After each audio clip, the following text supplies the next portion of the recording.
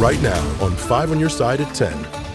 Cited by the city for helping those in need. The mission of the OWL is threefold: get inside, get connected, and get well. So our first year, we just hope to get people inside, get them warm, keep them from freezing to death. How an Edwardsville church became a warming shelter and how the city reacted. Remembering Dr. King. We hope that this will be the beginning, again, of reclaiming the vision of creating a beloved community. Why people gathered at Fountain Park ahead of the MLK holiday.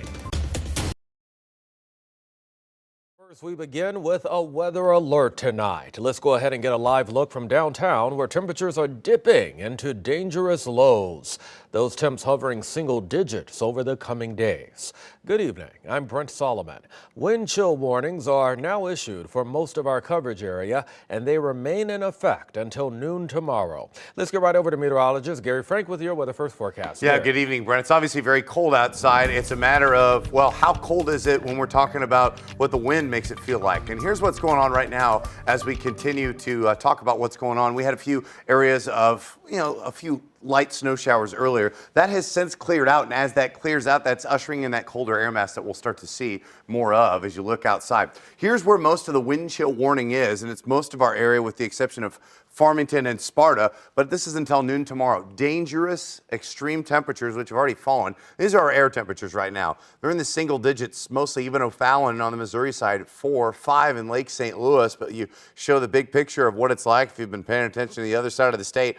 9 below right now in Kansas City. These are air temperatures. You add the wind and it makes it feel even colder. It's almost 30 below the wind chill in Kansas City. Here it feels a little bit colder. It's 14 below. The wind has picked up. We've got a west breeze at 26 miles an hour. Overnight, without the wind chill, it's going to drop to around somewhere between 5 and 10 below, depending on where you are. And we'll add the wind chill to that. That's how dangerous cold it is. We'll talk about what you can expect from that, how quickly you'll get frostbite, and when we'll see these dangerous temperatures finally exit the region. All right, Gary, and the extreme cold is forcing the St. Louis Zoo to close tomorrow. Only staff directly related to critical operations will be expected to report to work.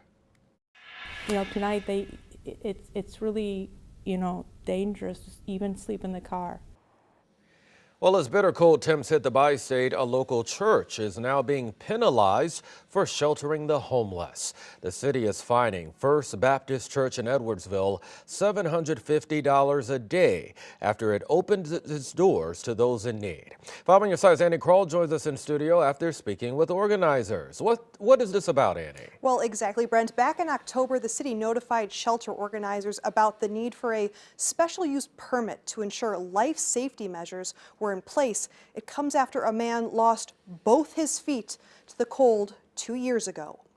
We've been working on this for about a year now, since we had a gentleman in Edwardsville who was associated with First Baptist Church who got frostbite of both feet Christmas of 2022, and he has had bilateral amputations. So that has galvanized and animated the Ministerial Alliance to say this should not be happening in our town. This overnight warming location, or OWL, in Edwardsville was activated for the 4th night on Saturday. However, the city of Edwardsville issued a citation on December 19th due to the absence of a special use permit application. The city claims it's a zoning violation, which means a $750 fine per day for the shelter. The church is refuting that claim, citing a special permit issued in 1969 that allows ministry to the community, meaning it provides shelter to those in need, falls under that mission. OWL organizers and city officials have been in repeated conversations since October of last year, but the city says they have still yet to receive a special use permit application.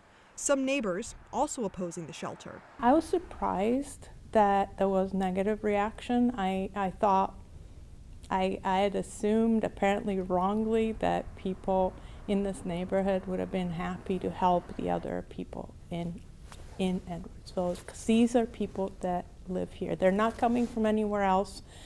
There are people in the community. The Edwardsville Township Board of Trustees pledged support, approving $1,000 in funds that will be used to purchase an AED and personal protection equipment.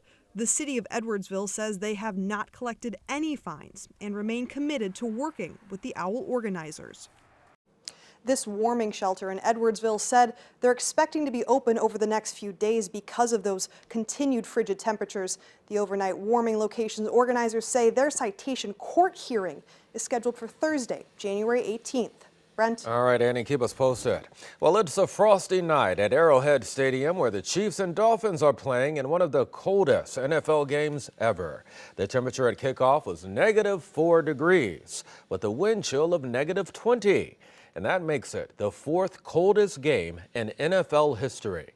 Despite the cold, the stadium is packed with Chiefs fans. We caught up with one man who traveled from St. Louis. I think I'm wearing about 4 pairs of pants and about 7 layers of upper body and a full-on face mask and gloves. A lot of people tell me I'm crazy, and a lot of people are like, wait, but you're not really a Chiefs fan. I'm like, no, but I just think it'd be awesome to see playoff football and kind of stick it to our friends that are Chiefs fans that didn't want to go. Even though it is going to be pretty cold, I'm just going to try my best to shake it off. Fans were allowed, by the way, to bring in blankets and heated clothing to try to stay warm. Dangerous winter weather also affecting another playoff game. In New York, tomorrow's Steelers-Bills game is postponed due to a snowstorm. Here's video from Highmark Stadium showing those blizzard-like conditions tonight. A couple of feet of snow is expected overnight in western New York, prompting a state of emergency. The game is rescheduled to Monday afternoon. You can stay up to date on our forecast anytime. Text the word weather to 314-425-5355.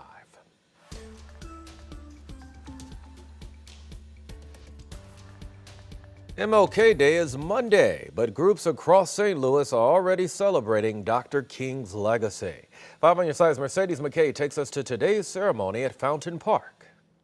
Dr. King has done his work, but we are called to do our work. Despite the frigid cold temperatures and spitting snow, faith leaders and community members gathered around the base of the Dr. Martin Luther King Jr. statue in Fountain Park Saturday morning. And we just hope that through our gathering, people will look beyond those things that divide us and think about the bridges that we need to build. And no one demonstrated unity better than the late Dr. Martin Luther King Jr. That's why Centennial Christian Church's 7th annual MLK ceremony was centered around something he spent his whole life focused on, creating a beloved community. The year Dr. King was assassinated was a year that has historically been marked as a year of great division and polarization and conflict in our country. 50 years down the road, it's only gotten worse. Hoping to spark change, the remembrance was filled with speeches, workshops, and a talent showcase. All of it happening strategically around the statue that many people don't even know exists. A lot of people who even lived in the area had never paid any attention to the statue. Among the many partners who help annually with the event was Alpha Phi Alpha, a fraternity that Dr. Martin Luther King Jr. was a proud member of. When people around the country talk about Dr. King, they also mention his membership in the Alpha Phi Alpha. It is a natural fit for us. While we continue to honor the great Dr. King every single year,